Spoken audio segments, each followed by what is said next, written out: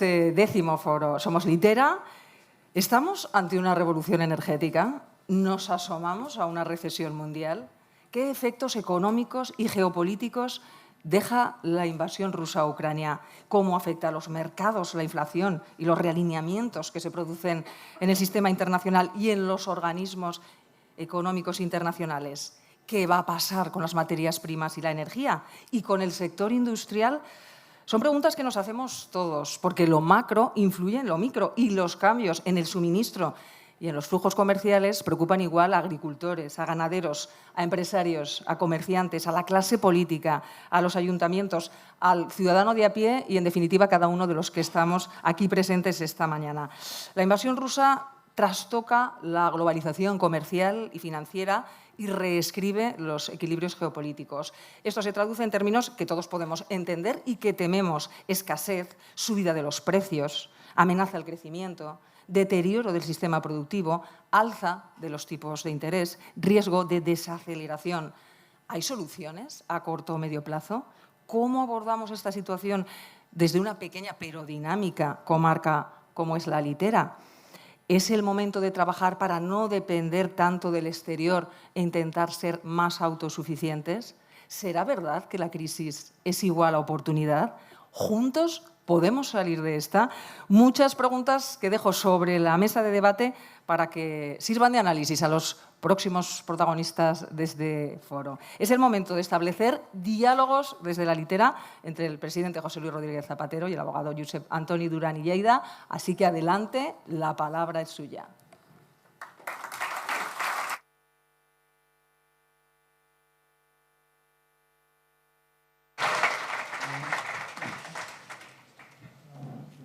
Muy buenos días, muchas gracias.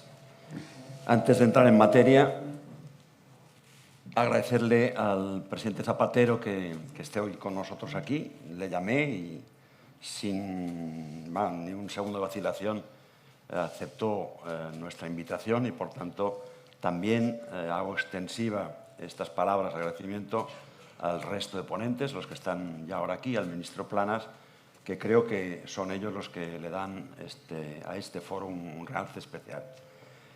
Otra palabra antes de meternos en materia es el interés que tenemos que este foro, presidente, hoy es foro Somos Litera, que siga siendo foro Somos Litera, pero que siga foro rural Somos Litera y que pueda ser el gran foro de reflexión de los problemas del mundo rural y que sea desde este punto de vista un referente no simplemente en Huesca, en Aragón o en las comarcas vecinas en Cataluña, sino en el conjunto de España. Pero entramos en materia y tenemos 40 minutos para ello. Se presenta en el programa Diálogos, como se recordaba, desde la Litera, Josep Antoni Duran i Lleida conversará con el presidente de Gobierno. El protagonista es el presidente Zapatero, yo hago de dama de compañía y, por tanto, simplemente intentaré acompañarle en alguna de las reflexiones, ¿no? Cuando todavía estábamos dejando, pero todavía estábamos metidos en ella, la crisis de la COVID, nos encontramos con la invasión de Ucrania por parte de Putin. Y estamos en vigilias de un invierno que puede ser el invierno del descontento. Uno mira en nuestro entorno, un poquito al norte, Francia, y ya se da cuenta de cuál es el clima social. Alemania, 3/4 de lo mismo. Prescindo de Gran Bretaña porque es otro mundo y ahora más que nunca distinto, completamente distinto, pero la culpa es de ellos. En ese contexto es evidente que la palabra crisis, y me gustaría empezar por analizar las consecuencias económicas de lo que está sucediendo, pues aparece y es denominador común, ¿no? Tú viviste como presidente una crisis, la crisis derivada de la subprime, que tenía como epicentro Estados Unidos y que luego degeneró en nuestro caso en la crisis del euro. Yo la viví de cerca en tanto que portavoz parlamentario en las Cortes Generales, en el Congreso, pero tú la viviste, la gestionaste no simplemente en el ámbito español, sino en el ámbito de la Unión Europea, ¿no? Me gustaría un poco que reflexionases sobre aquella y esta crisis. Son distintas a mi juicio. Me gustaría conocer tu opinión. La respuesta que se le ha dado a la crisis por parte de la Unión Europea, muy distinta a la actual, a la que se dio en su día. Acuérdate de los criterios de austeridad, acuérdate de la necesidad de recortes, aquella palabra tan trágica, pero que eran imprescindibles y que no todo el mundo sintió la responsabilidad de aceptar lo que había que hacer. Es más, algunos vivieron desde la irresponsabilidad de la responsabilidad de otros. Y en estos momentos, sin embargo, la Unión Europea reacciona, Arturo hizo mención a ellos, con los Next Generation.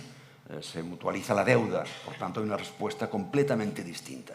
Bien, a partir de estos parámetros y desde tu experiencia, nos gustaría, nos encantaría y seguro que aprenderemos muchas cosas, que nos analices un poco como ves tú, ahora desde la perspectiva económica. Luego entraremos en geopolítica, en guerras y en otras cosas.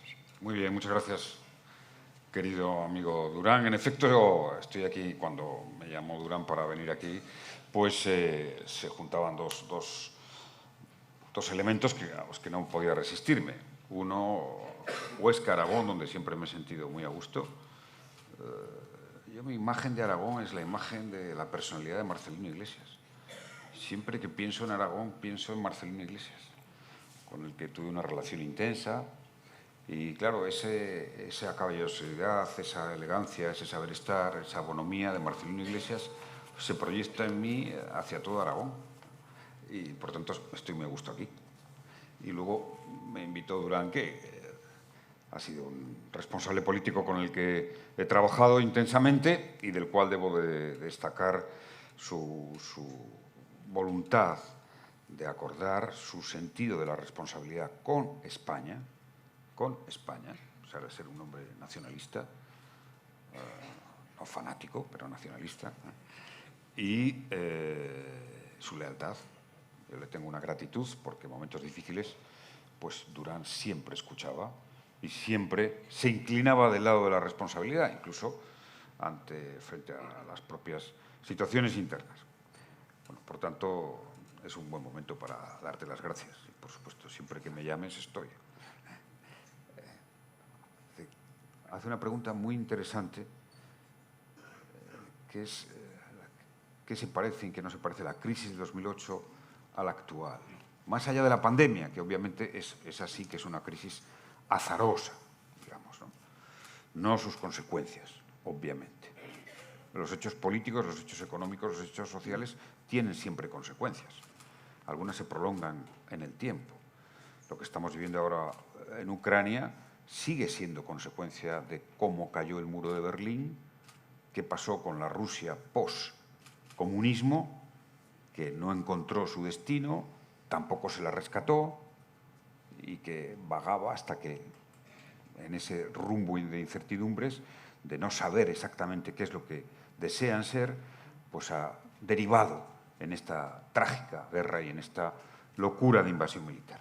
Sí hay un hilo conductor, es decir, yo mantengo esta tesis, es un poco heterodoxa, entre una crisis y otra, que es el mar de fondo. O sea, puede haber una crisis por una tormenta, puede haber una crisis por un maremoto, puede haber una crisis por muchas cosas, pero hay que ver cómo está el mar de fondo. Y el mar de fondo está parecido desde hace ya décadas, globalmente. ¿Cuál es ese mar de fondo? Que no acabamos de interiorizar, intelectualizar, reflexionar y asumir. El mar de fondo es que prácticamente desde el año 2000, desde casi el comienzo del siglo, de una manera muy evidente, hay un cambio en la geoeconomía y en la geopolítica del mundo trascendental. Hemos pasado en apenas 40 años, yo repito este dato y me parece decisivo, a que Occidente, es decir, Europa y Estados Unidos, representara el 60 y tantos largos % del PIB mundial en la década de 1960, no hace tanto, época esplendorosa para Estados Unidos, para Europa, éramos el 60 y tantos % del PIB mundial. Y ahora, en apenas 30, 40 años, hemos bajado al 42% del PIB mundial. Y los países llamados emergentes, liderados por China, están ya en el 42% del PIB mundial. Es decir, hay un reequilibrio espectacular, como nunca en la historia, en tan poco tiempo. Esto produce unas serias convulsiones, porque los que eran ricos, muy ricos,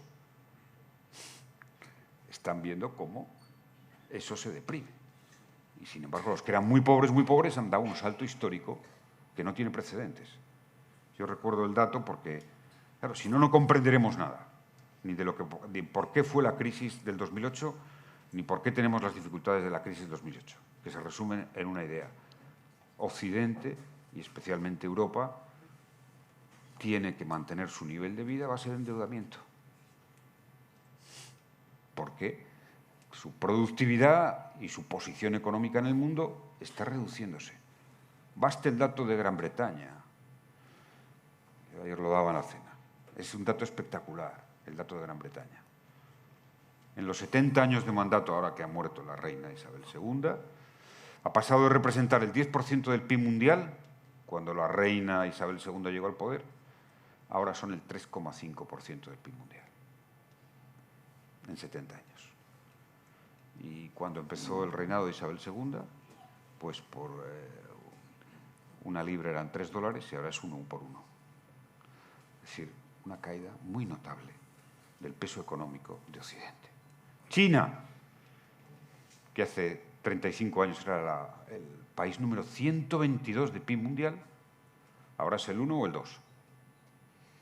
China, en los últimos 30 años, ha sacado 800 millones de personas de la pobreza. No lo ha hecho ningún país en tan poco tiempo en la historia. China, en 2018, ha eliminado la última bolsa de pobreza extrema.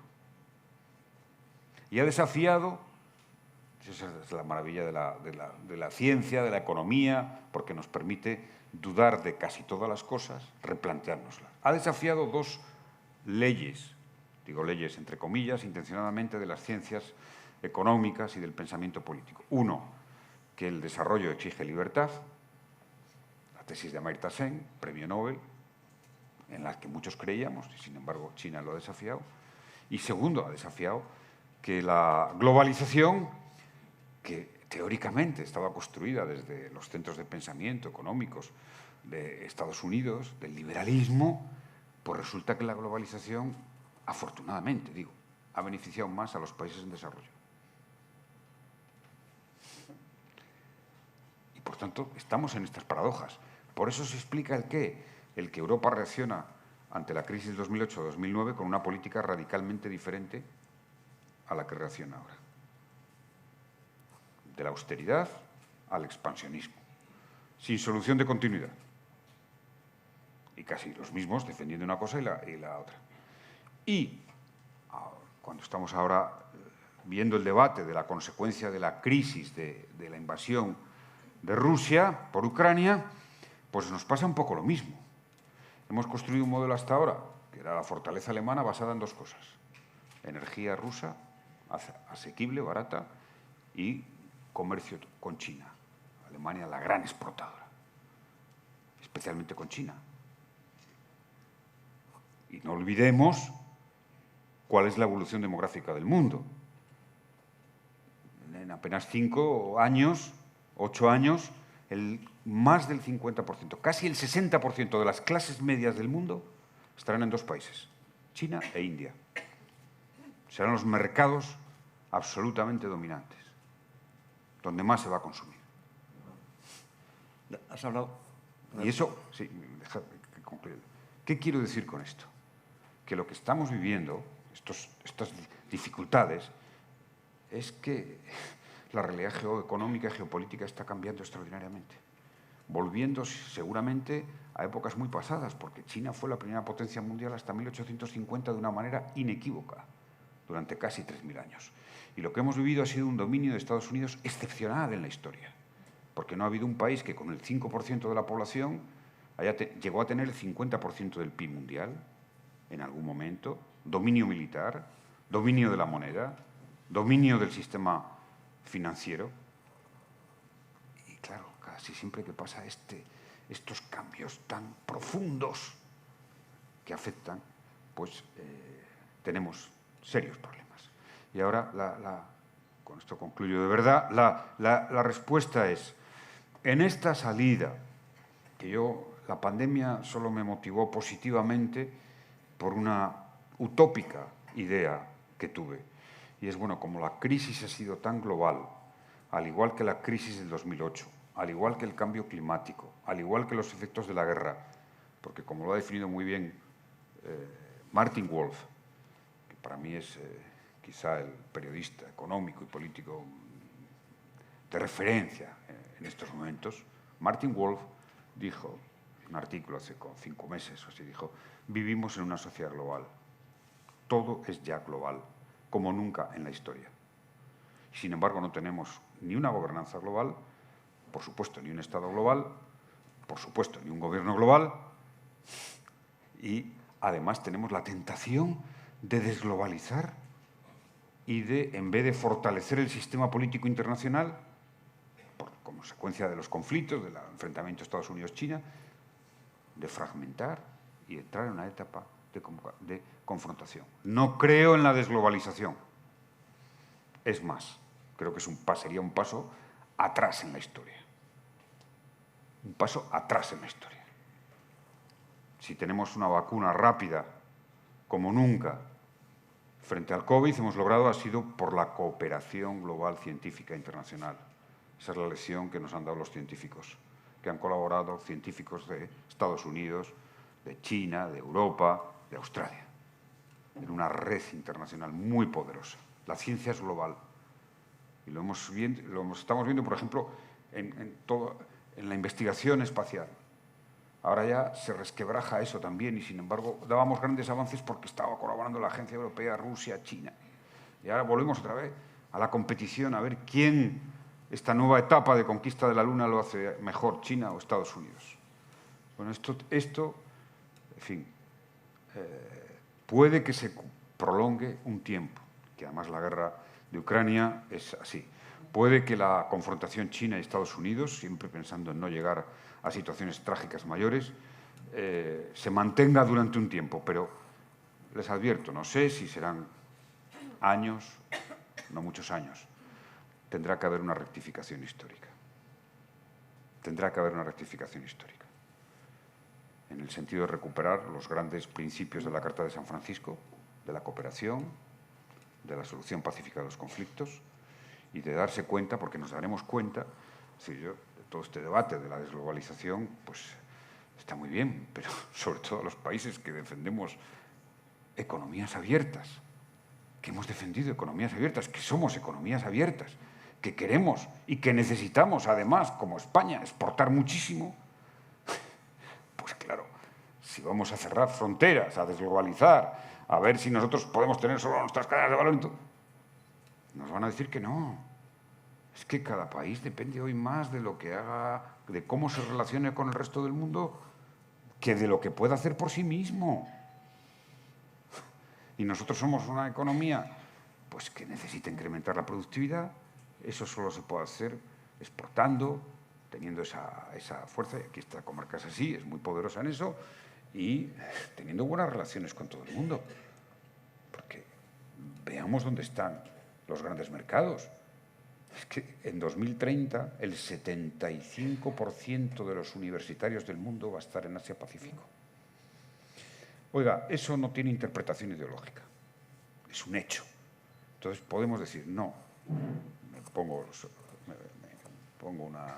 una venda en los ojos y a la siguiente crisis hasta que nuestro endeudamiento lo permita. Pero la única manera que tenemos, de verdad, es hacer una política de mantener los principios del comercio internacional, de la cooperación, de la globalización. Y no ver rivales, no construir rivales para mantener hegemonías, que ni existen ya esa hegemonía y, por supuesto, va a ser cada día más débil.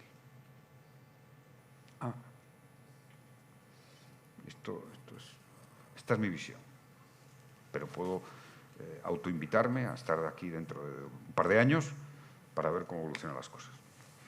No, hablando de globalización, y yo comparto contigo lo positivo que ha sido y es la globalización, pero, presidente, fíjate en dos cosas que quizás no nos acompañen a nuestro optimismo en la globalización, al menos en los términos en que se ha estado produciendo estos tiempos.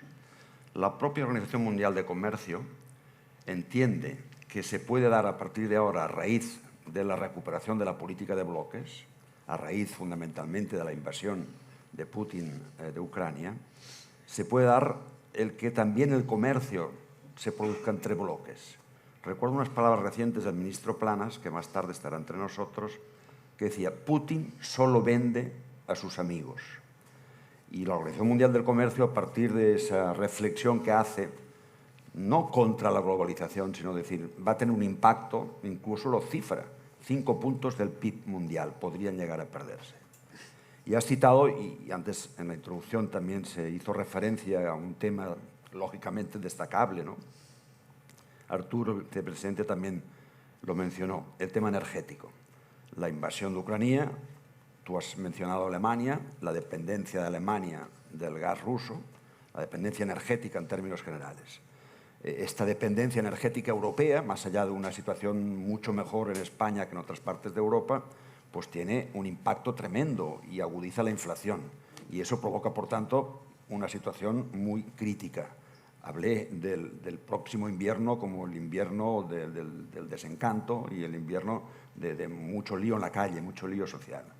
En ese contexto, ¿no sería necesario repensar todo lo que estamos haciendo respecto a la transición energética, sin negar en absoluto la necesidad de reducir las emisiones de CO2, sin negar en absoluto la existencia de un cambio climático, pero siendo conscientes de que la respuesta no puede ser local, la respuesta tiene que ser global, porque tú hablas de China y es cierto.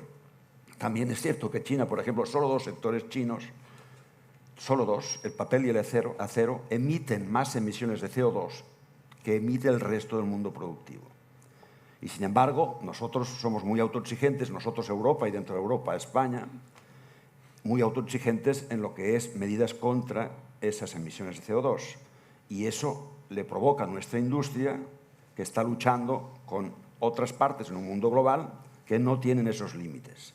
Repensar no significa en absoluto dar pasos atrás, sino ver en qué cosas nos estamos equivocando, ver de qué manera, ya que la alternativa es la renovable, ver de qué manera, porque hay mucho gobierno, en Cataluña por supuesto, el gobierno de Cataluña tiene un discurso en favor de las renovables, pero en la práctica lo que hace es poner todos los palos en las ruedas posibles para que eso se desarrolle.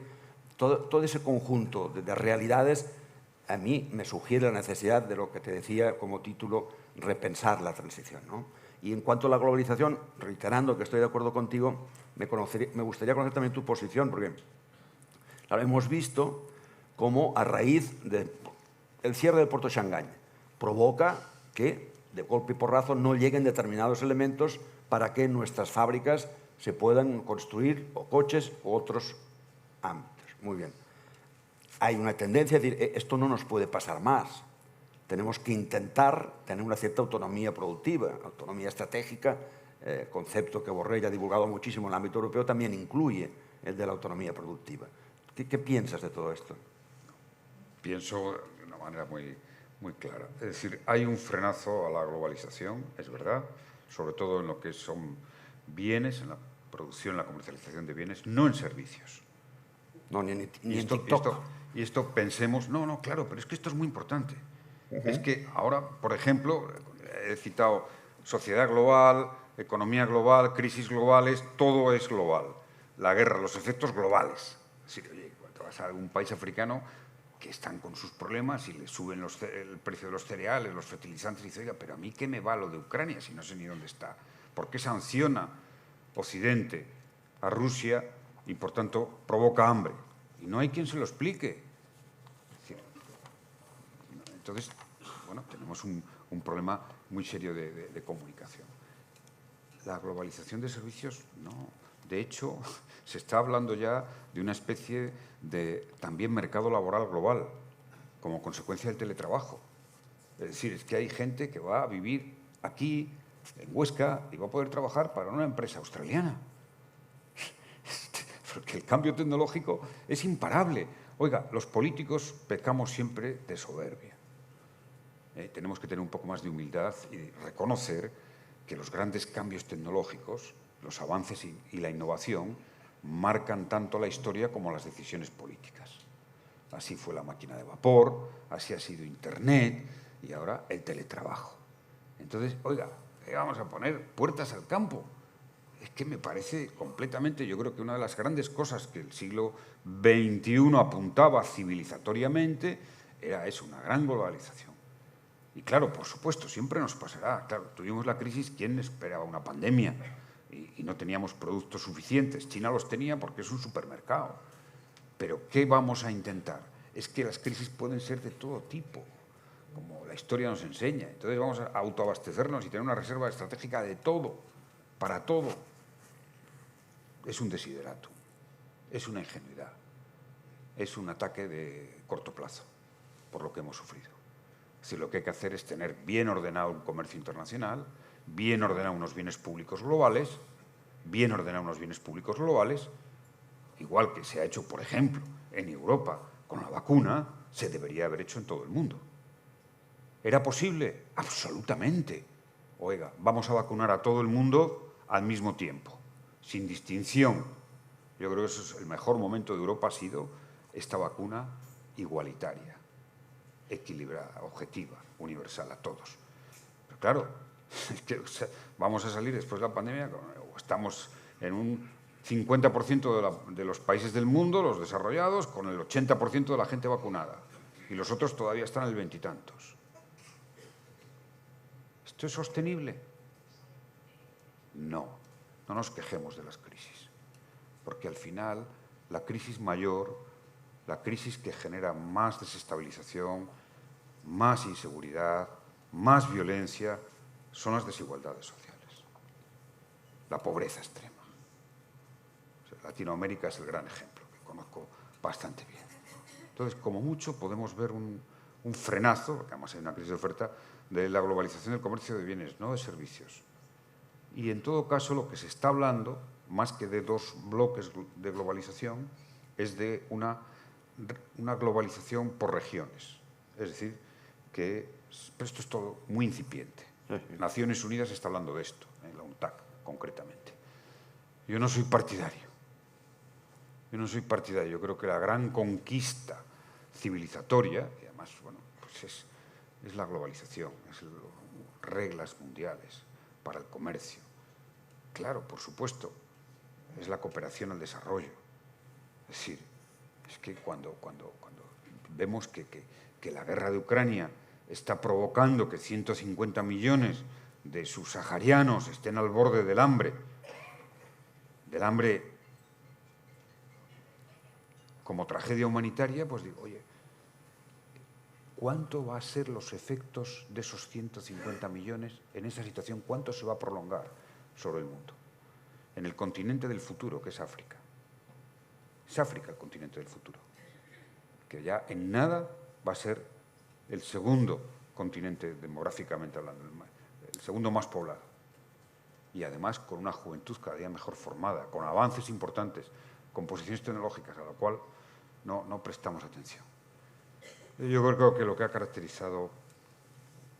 mejor que ha caracterizado a nuestras sociedades demoliberales, a eso que llamamos sociedades ilustradas o liberales, ha sido precisamente su capacidad autocrítica, los mejores momentos, su capacidad autocrítica y su visión universalista y su respeto al derecho internacional.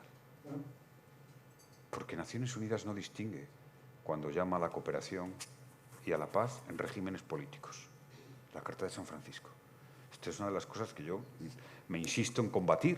Digo, oiga, es que la Constitución del orden internacional no obliga a las democracias a decir o hay democracia en los otros países, la democracia liberal, o yo, sanciones, discrepo, conflicto, lucha.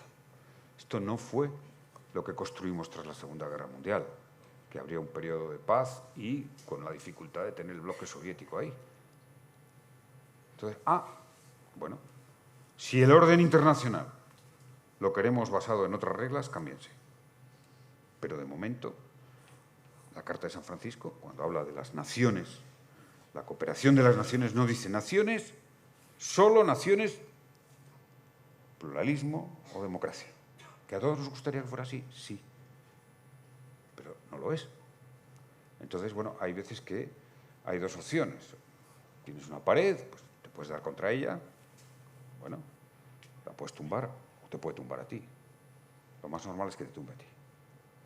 y hay otra técnica que es muy conveniente en los movimientos políticos y en las relaciones políticas, que es el judo, que es utilizar la fuerza al contrario, en vez de ir de frente. Y yo debo decir que tengo un momento de preocupación, aunque creo que al final, como soy un convencido del progreso civilizatorio, al final, antes o después, habrá un nuevo discurso, una nueva promesa de las grandes potencias, porque se darán cuenta de un bloqueo económico y sistémico que se va a producir, insisto, siempre que no lleguemos a dramas mayores. Habrá un bloqueo general y tendrá que cambiar. Ahora estamos todavía en esa fase donde, bueno, se porfía, ¿no? Se porfía, pero llegará. Y me parece que ahí es la parte que Europa en estos momentos debería de construir. Por ejemplo, la guerra de Ucrania y de Rusia. Ya sabemos quién es el culpable. O sea, eso queda para la historia. Si ya no hay... O sea, y además, sobre todo, ya imagínense ustedes, para mí, con los argumentos que utiliza. Yo cuando veo que los mandos militares rusos están diciendo a los pobres soldados que han reclutado, vamos a combatir porque ahí al lado hay unos que quieren que el papá y la mamá no sea ya el matrimonio como debe ser y demás, ¿no? Y que están defendiendo, educan a nuestros hijos en la perversión y tal. Esto es tremendo, ¿no?, que están diciendo. Imagínense lo que yo pienso de todo eso. Pero hay una cosa que en política es así, es decir, el culpable es el culpable, pero las consecuencias son nefastas para todos. Y todos nos tenemos que hacer cargo de intentar parar esa guerra y de intentar darle una salida y de poner encima de la mesa un plan de fin, porque todas las guerras, casi ninguna guerra, salvo que sean ya totales, termina con una victoria militar inequívoca. No. Casi todas terminan o en un desastre, como puede ser Irak, Afganistán, en fin, en estados fallidos, o en un acuerdo de paz. Tratándose de grandes potencias, lo normal es que termine en un acuerdo de paz. Pues hagámoslo cuanto antes, porque todo esto que estamos hablando aquí, de la competitividad, de cómo ver la economía, del precio de la energía y tal, va a depender exclusivamente del tiempo que dure esta guerra.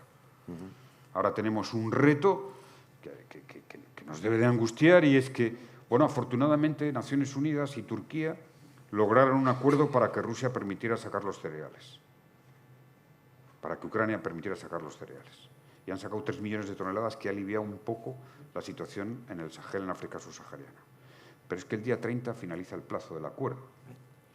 Y ha dicho Rusia, cuidado, si ustedes me siguen sancionando, Occidente, para mi exportación de productos agrícolas y fertilizantes, yo no renuevo el acuerdo y yo no les voy a dejar sacar los cereales. Esto nos va a llevar a una situación en el Cuerno de África, en buena parte de África, dramática.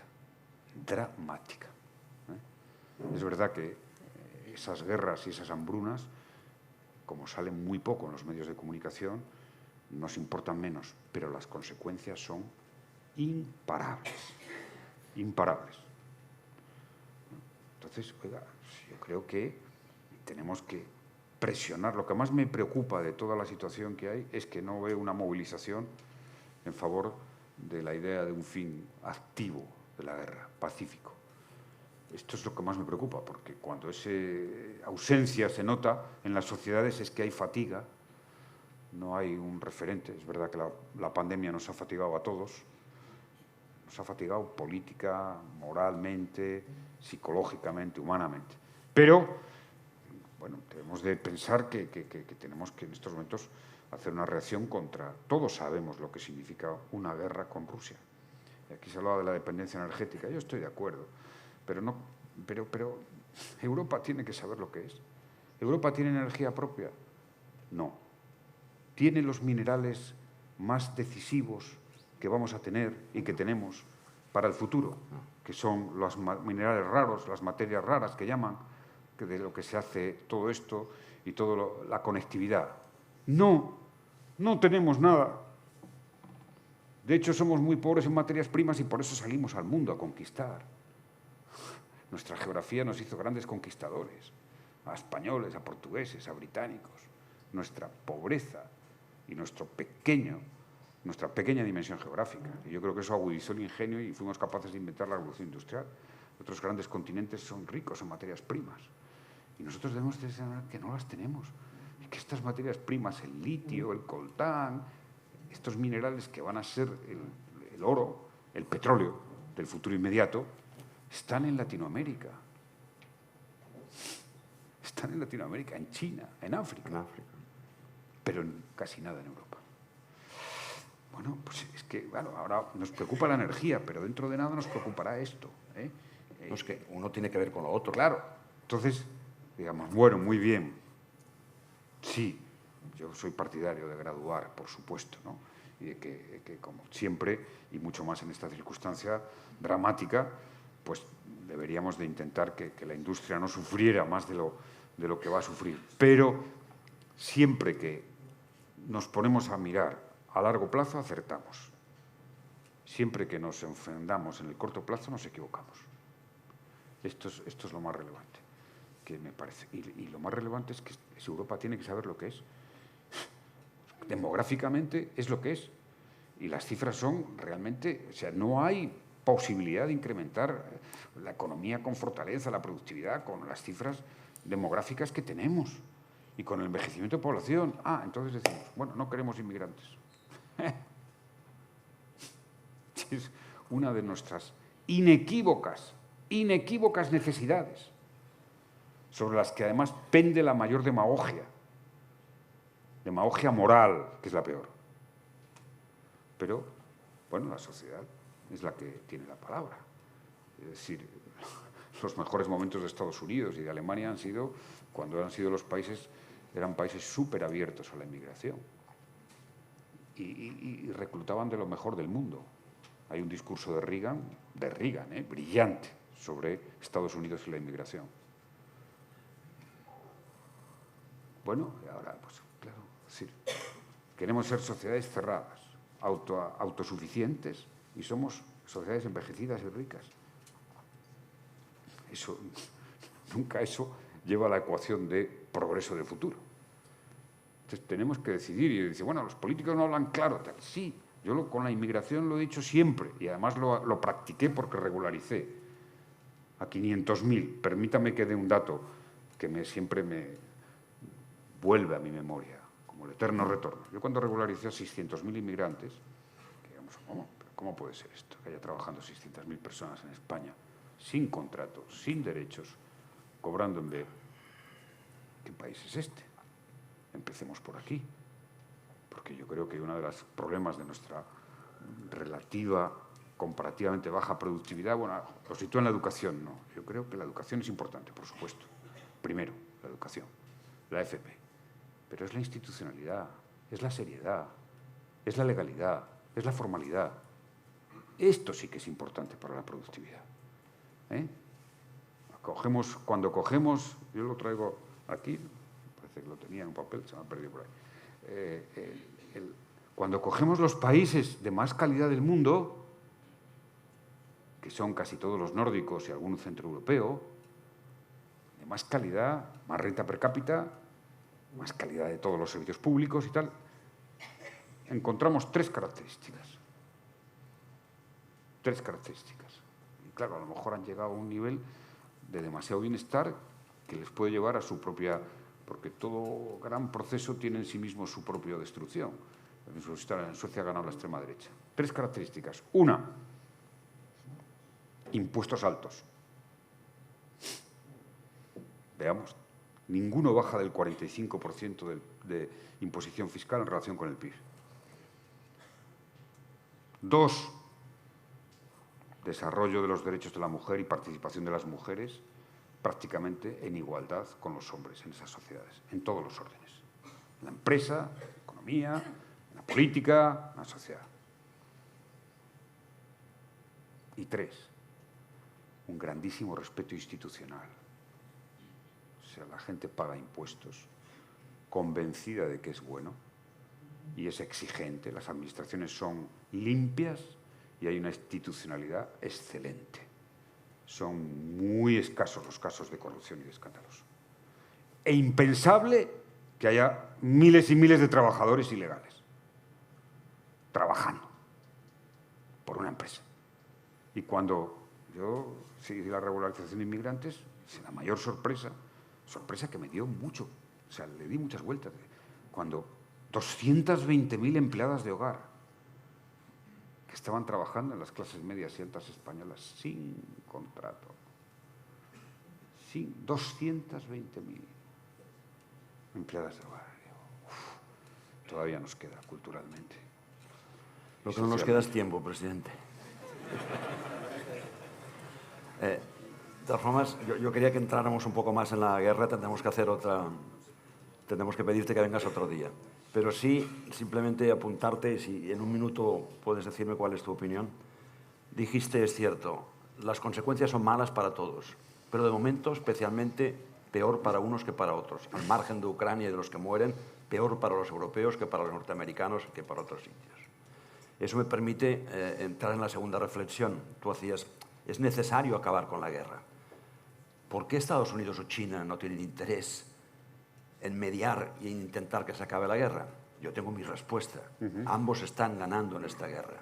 Y por otra parte, ambos son los grandes adversarios. Rusia es la distracción a raíz de lo que el bruto de Putin ha hecho. Y tercera y última reflexión. Hablaste del hambre de los 150 millones en subsaharianos. En África, y tú lo conoces mejor que yo, y en otras partes del mundo, se culpa no a Putin, se culpa a Occidente como responsable de las sanciones económicas de que ellos tengan hambre. Y ello me permite acabar mi intervención y darte ese último minuto a ti, señalar que en contra de lo que los medios cada día estamos leyendo, Putin no está solo, desgraciadamente. Es Occidente, en el sentido geopolítico, el que está contra Putin. Estados Unidos, Europa, Canadá, Japón, Corea del Sur, Australia, Nueva Zelanda. El resto no están contra Putin. Y, consecuentemente, eso me hace ser pesimista en cuanto a algo que los europeos deseamos, que se acabe cuanto antes mejor la guerra. Pero me gustaría en un minuto, perdón la brevedad, pero los hemos consumido todos, que me dieras tu opinión. No, bueno, diré que o sea, es muy significativo que con la barbaridad que ha hecho Putin, porque es una barbaridad, lo hemos visto, y en fin, oye, casi de manera inopinada. Es verdad que el conflicto de Ucrania, como todo en la vida, o sea, hasta la peste tiene sus causas, ¿no? Y si tienes una peste, pues tienes que conocer la peste, investigar la peste, hasta que descubres el antídoto a la peste. Pero lo que ha hecho el siglo XXI, esa intervención así, esa invasión, yo creo que no genera ninguna simpatía. Pero ¿cómo será la actitud de cuántos pocos amigos se ha ganado Estados Unidos especialmente, en el mundo en los últimos 20 años, como para que la gente mire para otro lado? Y no es un tema económico, que también, pero eso es para los pequeños países africanos. Pero cuando hablas con Latinoamérica o con India o con buena parte de los países africanos, que dicen, oye, pero vamos a ver, o sea, cuando Irak, ¿qué pasó? O sea, fue una invasión sin reglas, ni orden, ni razón. Y, oye, nadie se atrevió a sancionar a Estados Unidos. Vamos, nadie se atrevió ni siquiera a abrir el debate de sancionar a Estados Unidos. Esto es lo que te dice el gobierno indio, por ejemplo, que sigue vendiendo suministros a Rusia, y es una democracia, y que además se lleva fatal con China, como es conocido por todo el mundo. Latinoamérica dice, oiga, pero vamos a ver, nosotros aquí se ha intentado golpes de Estado por parte de Estados Unidos, no uno, sino muchos, ¿no? Una injerencia, no entienden nada. Todo lo que hay una parte importante de Latinoamérica, todo lo que sea que a Estados Unidos no le vaya bien, como imperio al que sienten que les oprime, pues no les importa. No tienen ninguna simpatía con Rusia, y menos con China. Claro, esta historia de que China es...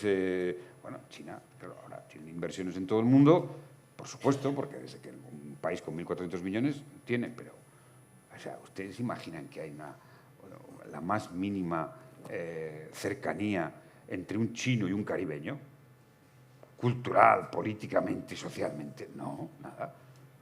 Pero tienen poderío económico. Y además no les imponen políticamente cosas, porque pasan de eso. O sea, China tiene una estrategia global de tener el mayor número de infraestructuras, de materias primas, para garantizar lo que es su gran obsesión, y es garantizar el abastecimiento a 1.400 millones de personas.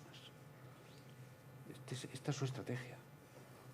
No hemos visto que en este gigantesco desarrollo de China haya instaurado bases militares por el mundo, que lo podía haber hecho con muchos países. Oiga, a cambio de que te financio, me das una base militar. No.